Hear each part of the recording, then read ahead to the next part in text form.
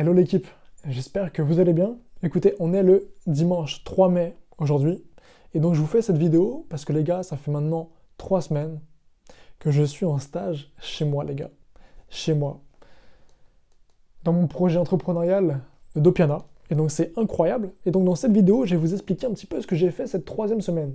Cette troisième semaine, parce que ouais les gars, j'ai passé 2 semaines à créer la machine de guerre, à tout reprendre de zéro et à créer cette machine de guerre là. Ok. Et donc, cette semaine, j'ai commencé à prospecter. J'ai commencé à prospecter, donc je vais vous expliquer un petit peu jour par jour ce que j'ai fait. Ok. Donc déjà, les gars, lundi, j'ai commencé la prospection. Et donc, à savoir que j'ai prospecté sur différents canaux, donc Instagram, j'ai fait également LinkedIn et emailing. Ok. Ça, c'était les trois canaux que j'ai utilisés le lundi. Ok. Donc c'est-à-dire que lundi, j'ai envoyé à peu près 50 DM. J'ai envoyé 50 DM en automatique, ok, grâce à Claude Chrome que j'ai pu configurer grâce à un bon prompt, hop, un bon prompt, ok, plus une bonne liste de contacts. Et Claude Chrome, eh ben écoutez les gars, de manière automatisée, ça m'a envoyé un à un tous les messages, tous les DM Instagram. Donc ça, on peut pas rêver mieux quoi les gars. On peut pas rêver mieux les gars. Donc voilà. Donc ça, lundi, j'ai envoyé une cinquantaine de DM Instagram. J'ai aussi fait 25 demandes de connexion LinkedIn parce que ma cible, les agences immobilières, ok, indépendantes, les gérants, les responsables, ok, sont également sur LinkedIn les gars. Donc écoutez, j'ai fait 25 DM LinkedIn lundi et puis j'ai commencé également la prospection grâce à l'emailing. Ok. Donc j'ai commencé à envoyer quelques emails, 3-4 emails pour commencer à chauffer la boîte mail, pour éviter de tomber dans les spams quand je vais envoyer plus de mails. Donc voilà pour lundi. Journée assez banale. En soi les gars, cette semaine c'était toujours à peu près la même chose, ok. C'était toujours vraiment la prospection. Donc lundi j'ai fait ça. Mardi j'ai enchaîné, j'ai fait un peu plus de prospection. Ça a été un peu plus rude, un peu plus dur. Mais voilà. Concrètement, sur ce qui est des DM Instagram, j'en ai fait 90. Encore une fois, je dis que c'est moi qui les ai fait, mais j'ai juste fait le message, la template, et puis ensuite, c'est Claude Chrome qui va personnaliser, qui va envoyer tous ces messages-là, les gars. Et c'est magnifique, ça, c'est magnifique. Donc voilà, 90 messages ont été envoyés, ok, sur Instagram. Ensuite, c'est encore une fois, c'est 25 demandes de connexion. Donc chaque jour, c'est-à-dire que les gars, j'envoie 25 demandes de connexion sur LinkedIn. Et donc ensuite, lorsque ces gens acceptent ma demande, je mets à jour mon CRM pour vraiment suivre, ok. Et au bout de 2 jours, je leur envoie un premier message. Et ensuite, hop, je mets encore une fois à jour mon CRM pour savoir quand est-ce que j'ai envoyé ce message-là. Et donc, s'ils répondent, tant mieux. S'ils répondent pas, j'attends encore une fois 3 jours pour leur envoyer un second message. Et ainsi de suite, les gars. Ok. Donc, ça, c'était pour LinkedIn. J'ai aussi fait encore une fois de l'emailing, donc là j'ai envoyé un peu plus d'emails. J'ai dû envoyer 7 ou 8 emails, quelque chose comme ça. Donc encore une fois, hop, petit à petit, pour chauffer la boîte mail, ok. Donc j'ai fait ça, et puis également j'ai repris un petit peu les cold calls, c'est-à-dire j'ai fait des appels de prospection à froid du coup. Et les gars, les appels de prospection, c'est pas ce qu'il y a de mieux en vrai. C'est compliqué, les gars. C'est compliqué. Mais bon, il faut le faire. Donc voilà concrètement ce que j'ai fait. Donc aussi, durant cette journée, j'ai peaufiné encore une fois ma trame. Donc ma trame pour les appels de prospection.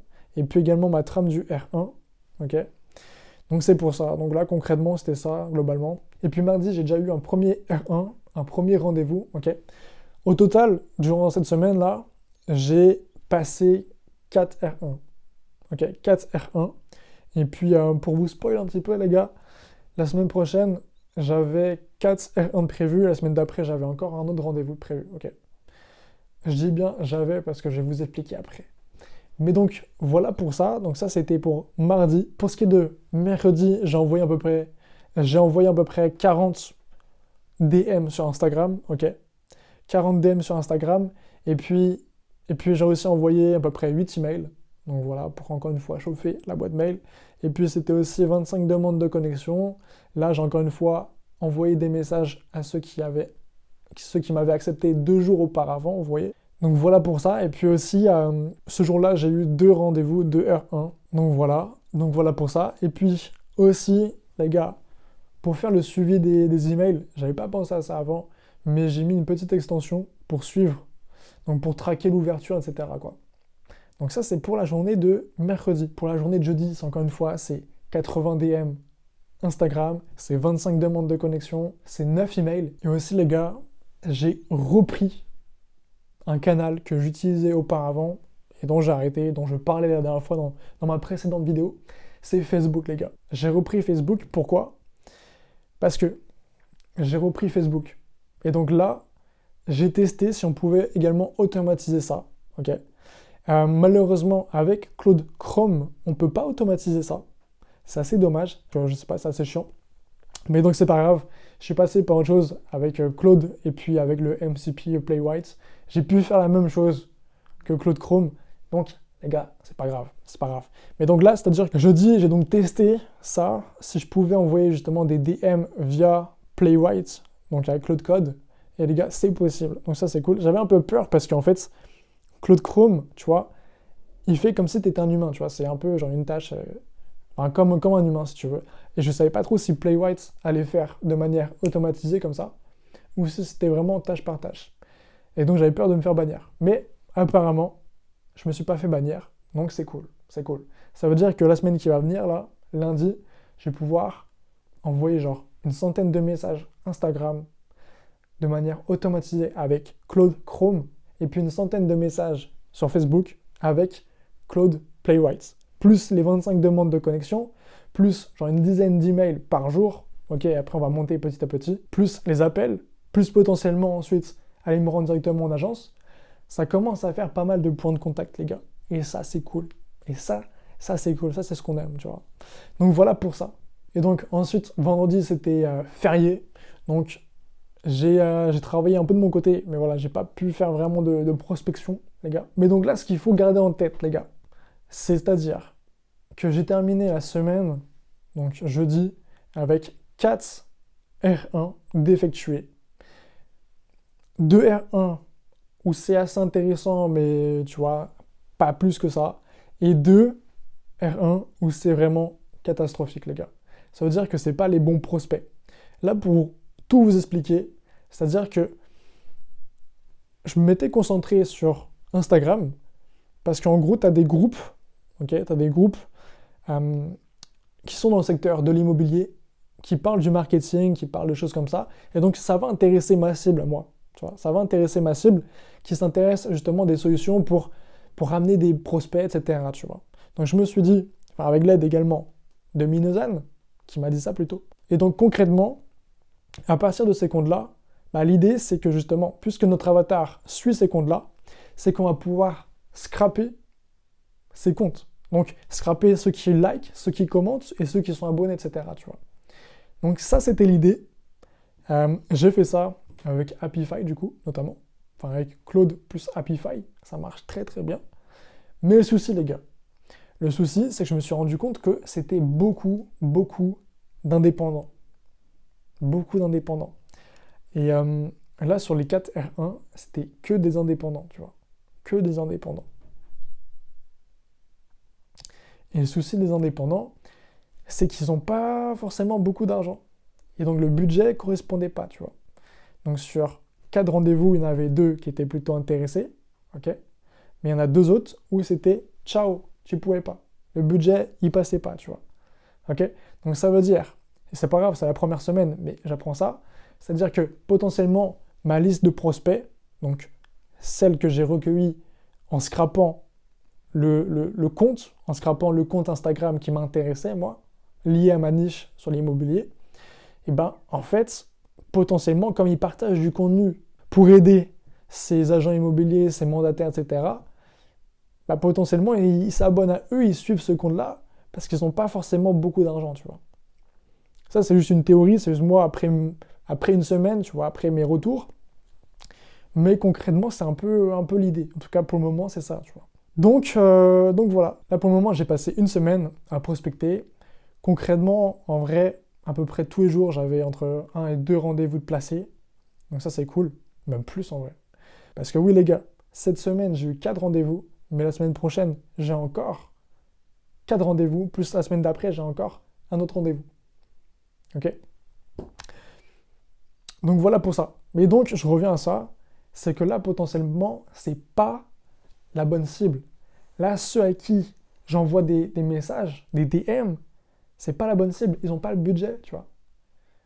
Donc voilà. Donc là, cette semaine, j'ai, à la fin de cette semaine, donc vendredi, enfin ce week-end, là, concrètement, j'ai analysé ça, tu vois. Et j'ai analysé également tous mes calls que j'ai fait. Parce que oui, les gars, c'est-à-dire que là, j'analyse tout ça. Regardez-moi ça. Donc là, à chaque fois que je fais un R1 ou à chaque fois que je fais un appel, des appels de prospection, je filme tout pour ensuite pouvoir, hop, airdrop et pour pouvoir analyser tout ça, les gars. Donc là, concrètement, j'ai analysé tout ça. Je me suis créé un skill avec Claude Code, un mentor dans la vente, tu vois. Donc voilà. Et il m'expliquait que justement, 70% du problème, ça venait que c'était pas le bon prospect. Et puis aussi de ma trame du R1, genre 20%, tu vois. Parce que du coup, ma trame du R1 était vraiment adaptée pour plutôt les gérants, les agents immobiliers, etc. Et donc là, quand je tombais avec des mandataires qui répondaient pas bien à mes questions ou qui répondaient vaguement, etc., et ben, je savais pas comment réagir, les gars. Je savais pas comment réagir. Et donc, je perdais le fil un petit peu, et puis voilà, quoi. Donc, écoutez, voilà. Là, je me suis rendu compte que ça faisait une semaine où je prospectais. Donc, tous les outils fonctionnent, hein. Tout fonctionne, les canaux fonctionnent, etc. Maintenant, la cible que je visais, okay, la liste de prospects que j'avais sur Instagram, eh ben, c'est pas forcément la meilleure, c'est pas forcément la bonne.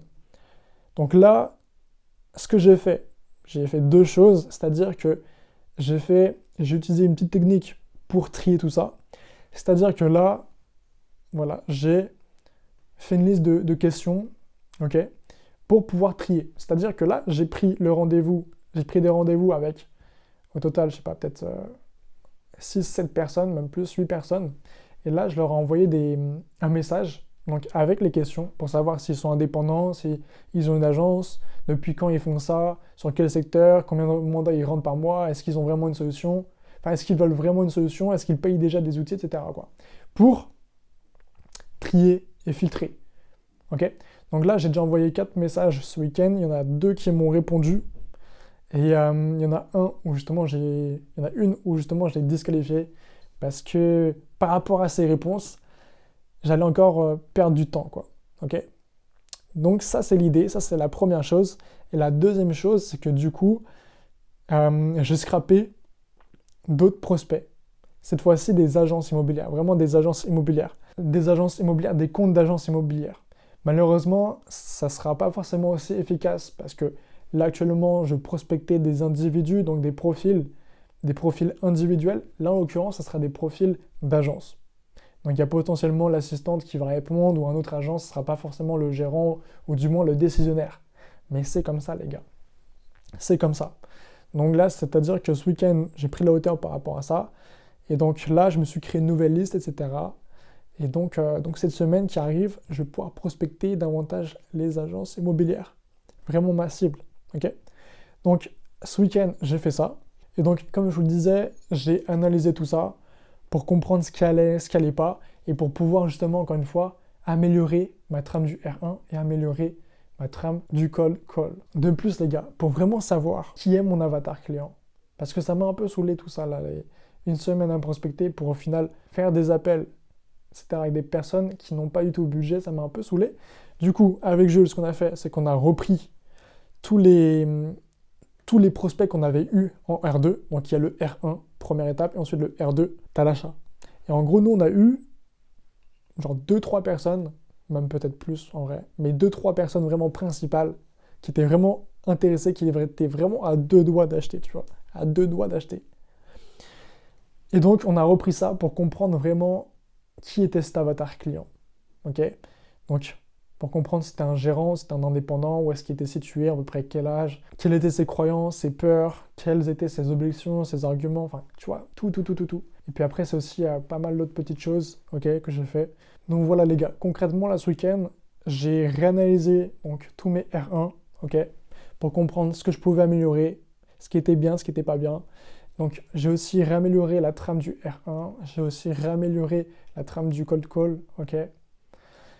Donc ça, c'est l'idée, j'ai fait ça. Ensuite, j'ai aussi fait du coup la construction d'un filtre pour la pré-qualification. Et puis également, les gars, je suis tombé peut-être genre, c'était quand vendredi, sur une vidéo d'un gars, juste trop fort les gars, juste trop fort. Je vais vous la montrer carrément. Je le connaissais pas. Il s'appelle Eli Chauveau. Eli Chauveau, si tu passes par là, incroyable ta vidéo. Donc concrètement, et c'est un truc que, en fait les gars, je le sais, je pense que vous le savez aussi, mais à longueur de journée, tu l'as pas en tête, tu vois. Tu l'as pas en tête. Concrètement, de quoi est-ce qu'il parle dans sa vidéo? C'est qu'il dit que, en fait, toi, tu as tel ou tel objectif. Moi, j'ai tel ou tel objectif. Et donc, pour l'atteindre, eh ben, je mets en place et je fais des actions. Ok? Je mets en place un plan et je fais des actions.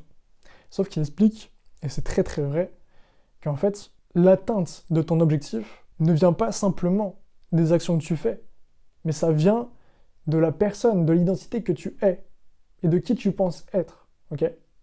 Ça, c'est très très important. Et concrètement, et je le ressens aussi, c'est-à-dire que là, moi, l'identité que je dois avoir, le je suis, c'est l'identité d'un entrepreneur à succès, c'est l'identité d'un responsable d'agence IA, d'un professionnel, etc. Ok? Et donc, ça, en ayant cette identité-là, en sachant que je suis un professionnel, que je suis telle et telle identité, que je suis ça et ça, ok? Et ben, je dois agir en fonction de ça. Et que ça devienne naturel, ok? Sauf que là, les gars, comme j'ai pas encore cette identité, comme je suis pas encore à 100% dans cette identité, et ben parfois, je fais des appels de prospection, je me fais niquer à la gueule, et ben je me dis, ouais, non, celui-là, je le sens pas non plus, et ben je le fais pas, tu vois. Ou parfois, je fais un R2, ça s'est très bien passé, et au final, il y a eu un truc qui, au dernier moment, n'a pas très bien fonctionné, ou quelque chose qui a un peu merdé, ou j'ai un peu merdé, etc. Et ben mec, j'ose pas aller le rappeler, j'ose pas aller le redémarcher, tu vois. Et ça, c'est une grosse erreur. Pourquoi? Parce que je me sens peut-être pas assez légitime, ou je sais pas, mais il y a un blocage, et je m'invente sans doute tout un tas de raisons, et donc je fais pas la chose. Et c'est pour ça que, bah peut-être que j'atteins pas mon objectif, parce que comme j'ai peur de faire telle ou telle chose, parce que je n'ai pas cette identité-là, tu vois. Et donc je m'auto-sabote, je me fous des bâtons dans les roues, tu vois. Et ça, c'est très très vrai. Genre, c'est très très vrai. C'est excellent, c'est excellent. Donc là, également, j'ai travaillé un petit peu sur ça ce week-end, tu vois. Et donc finalement, aujourd'hui, dimanche, j'ai monté ma vidéo que j'ai postée également. Puis là, je suis en train de faire une autre vidéo, donc qui sera postée également la semaine prochaine. Et donc voilà les gars. Et aussi ce que je voulais vous montrer, si ça peut vous intéresser, c'est du coup à quoi ça ressemble l'automatisation de l'envoi de DM, les gars. C'est juste hallucinant. Donc concrètement, les gars, là j'ai mon assistant, donc Hermès, agent, qui est là. Et donc à savoir que moi, voilà, je lui ai expliqué de A à Z ce que je voulais, je lui ai donné des templates, etc. pour l'envoi de DM sur Instagram, pour l'envoi de DM sur Facebook, etc. Donc lui, il a la template. Ensuite, moi, j'ai juste allé dans mon Google Sheets à prendre les contacts qui doivent être démarchés. Et donc, je lui donne ces contacts-là et lui me génère un prompt où j'ai juste, les gars, à copier. Hop, j'appuie ici. C'est copié. C'est copié. Et ensuite, juste à me rendre ici. Hop. Ensuite, juste à me rendre ici. Donc là, je suis sur mon compte Instagram de prospection. Et à faire CTRL-V. À faire CTRL-V et à appuyer. Et là, les gars, la magie opère. La magie opère, les mecs. Et ça, c'est beau. Et donc là, concrètement, hop, qu'est-ce qu'il fait? Qu'est-ce qu'il fait? Eh ben, il travaille tout seul, les gars. Il travaille tout seul. Et ça, c'est beau. Ça, c'est beau. Donc là, hop, il va chercher le compte. Et qu'est-ce qu'il va faire? Tout seul, les gars.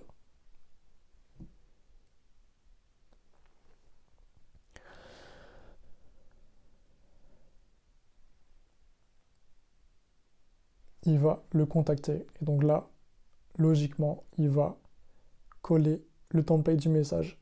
Plus, si possible, il va le personnaliser. Là, peut-être que ça ne sera pas possible. Donc voilà, là, il va simplement envoyer le template du message.